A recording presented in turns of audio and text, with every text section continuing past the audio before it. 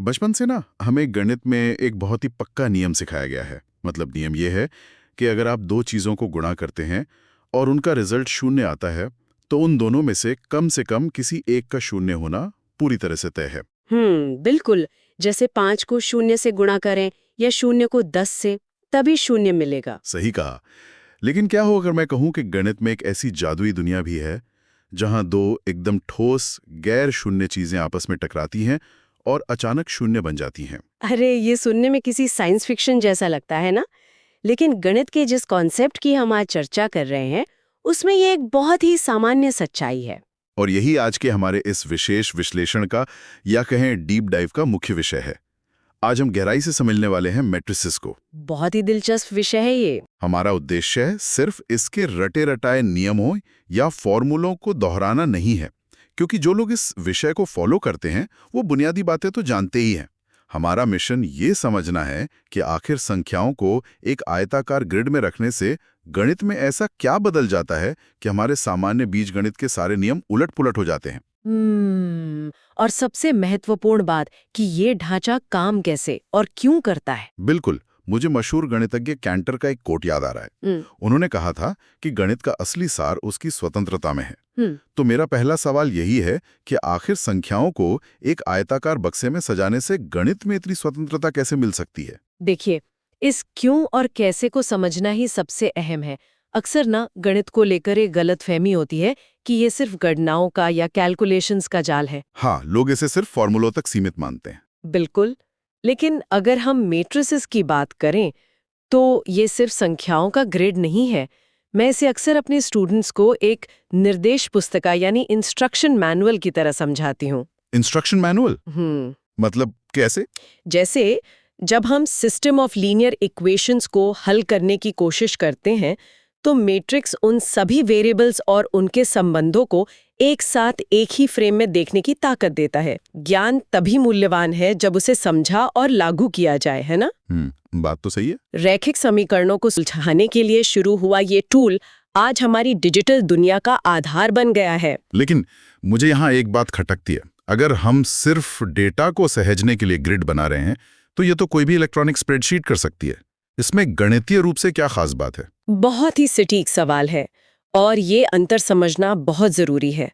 Spreadsheet सिर्फ data को store करती है, जबकि मैट्रिक्स उस डेटा के साथ व्यवहार करता है। व्यवहार करता है? थोड़ा और आसान शब्दों में बताइए। हाँ, इसे ज्योमेट्री के नजरिए से समझिए।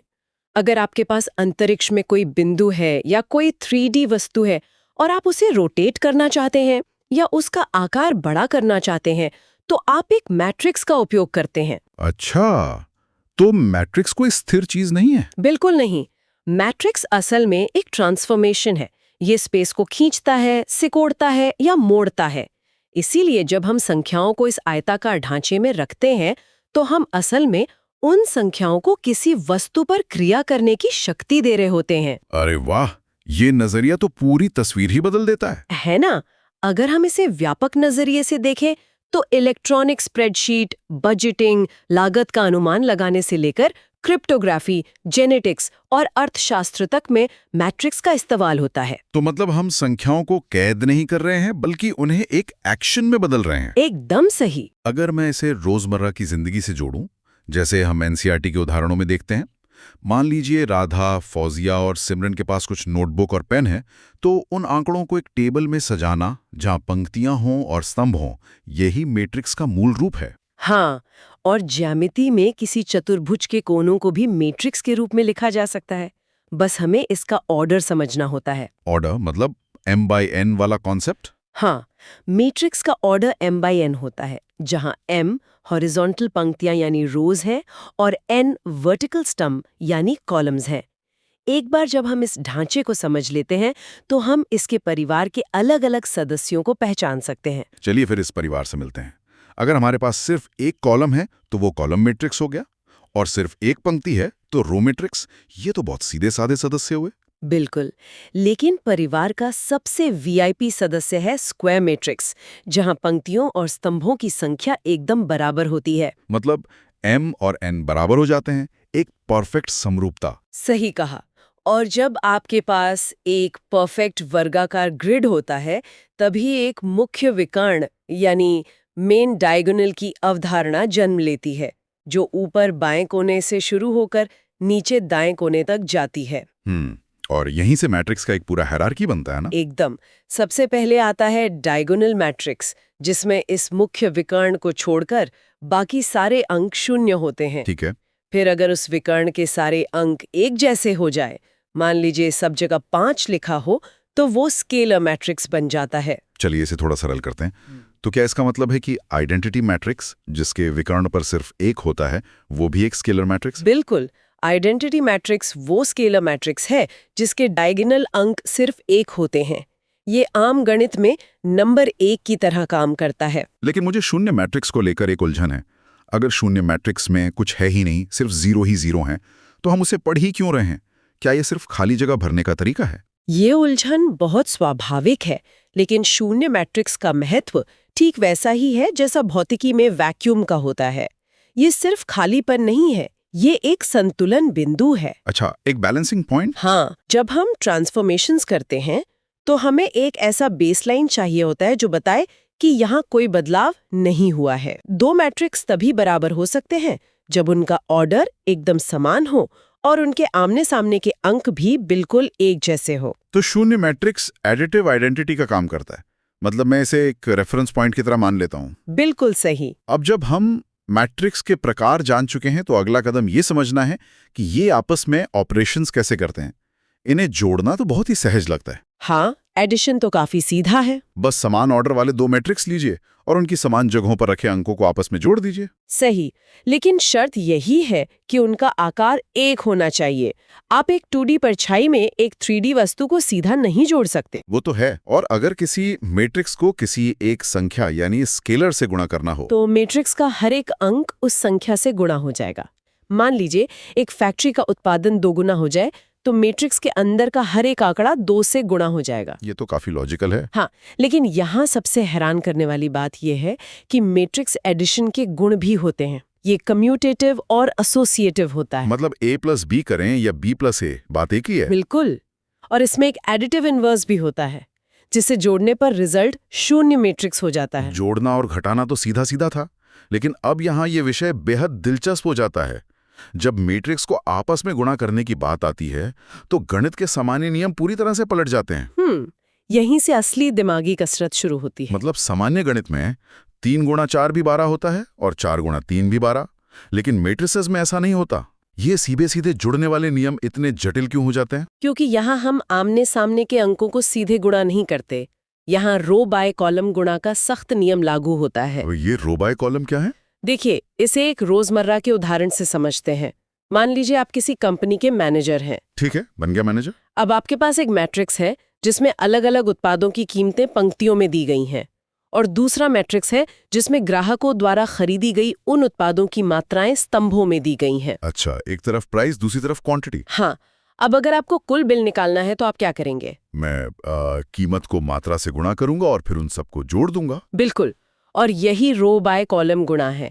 पहले मैट्रिक्स के कॉलम की संख्या दूसरे मैट्रिक्स की पंक्तियों के बराबर होनी ही चाहिए, तभी ये इंटरैक्शन संभव है। ये एनालॉजी तो बहुत साफ है, लेकिन क्या इसका मतलब ये है कि AB और BA का रिजल्ट अलग अलग हो सकता है? हाँ, मैट्रिक्स गुणा आमतौर पर नॉन कम्यूटेटिव होता है। ये बात दिमाग को आसानी से हजम नहीं होती। इसे ट्रांसफॉर्मेशन के नजरिए से देखिए। मान लीजिए एक्शन A है मोजे पहनना और एक्शन B है जूते पहनना। अरे, ये दिलचस्प लग रहा है। अगर आप पहले मोजे पहनते हैं और फिर जूते यानी BA तो रिजल्ट सही होगा। लेकिन अगर आप पहले जूते पहनते हैं और फिर मोजे पहनते हैं यानी AB तो रिजल्ट बिल्कुल अलग और हास्यास्पद होगा। ये तो बहुत ही शानदार उदाहरण है। यानी क्रम मायने रखता है। ऐसा भी हो सकता है कि AB गुणा हो सके लेकिन BA को गुणा करना संभव ही ना हो। बिल्कुल, ऐसा अक्सर होता है डायमेंशंस अलग होने पर। और वो जो हमने शुरुआत में बात की थी कि 2 गैर शून्य मैट्रिसेस का गुणा शून्य मैट्रिक्स हो सकता है। हाँ, वो इसी का नतीजा है। 2 ट्रांसफॉर्मेशंस मिलकर एक दूसरे के प्रभाव को इस तरह काट सकते हैं कि रिजल्ट पूरी तरह शून्य हो जाए, भले ही दोनों अपने आप में शून्य ना हो। ये तो सच में एक आहा मोमेंट है श्रोताओं के लिए। हमारी पारंपरिक गणितीय सोच की दीवारें टूट रही हैं यहाँ। बिल्कुल टूटनी चाहिए, तभी तो नया सीखेंगे। अब गुणा करने के बाद चलिए देखते हैं कि अगर हम मैट्रिक्स को भौतिक रूप से घुमा दें या पलट दें तो क्या होता है। मैं ट्रांसपोज की बात कर रहा हूँ, ट्रांसपोज एक बहुत ही खूबसूरत ऑपरेशन है। जहां पंक्तियों को स्तंभों में और स्तंभों को पंक्तियों में बदल दिया जाता है। मैं इसे ऐसे इमेजिन करता हूं कि एक वर्गाकार कागज पर ग्रिड बना है और उसे उसके मुख्य विकर्ण के साथ साथ फोल्ड कर दिया गया है। ये बहुत ही सटीक विजुअलाइजेशन है। आप मुख्य विकर्ण को एक आईने की तरह इस्तेमाल कर रहे हैं। और इसके गुण भी कमाल के हैं, जैसे ए बी का ट्रांसपोज पलटकर बी ट्रांसपोज गुणा ए ट्रांसपोज हो जाता है। हाँ, उल्टा क्रम मैट्रिक्स की दुनिया का एक बड़ा नियम है। और ट्रांसपोज हमें मैट्रिक्स के दो सबसे जादुई प्रकारों की तरफ ले जाता है, सिमेट्रिक और स्क्यू सिमेट्रिक मैट्रिसेस। सिमेट्रिक में तो मोड़ने के बाद भी मैट्रिक्स वैसा ही रहता है, लेकिन स्क्यू सिमेट्रिक में ट्रांसपोज करने पर मैट्रिक्स नेगेटिव हो जाता है। सही कहा।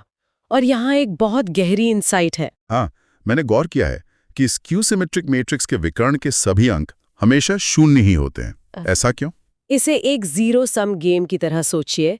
जो पैसा व्यक्ति ए ने बी को दिया, वह बी के खाते से ए के लिए कम हो गया। यह स्क्यू सिमेट्री है। ठीक है, लेकिन विकर्ण का क्या?